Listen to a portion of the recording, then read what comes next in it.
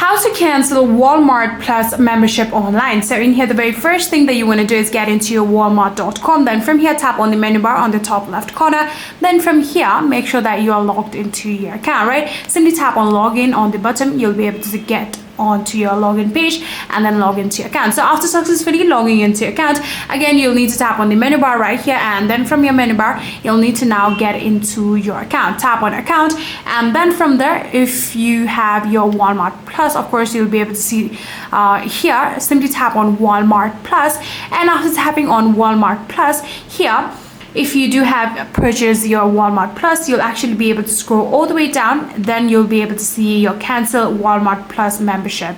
What you're going to do is simply tap on cancel Walmart Plus membership. Just like this, you'll be able to see a button. Tap on that one, and then from there you can confirm it, and just like this, you'll be able to cancel your Walmart Plus membership online. And that's it.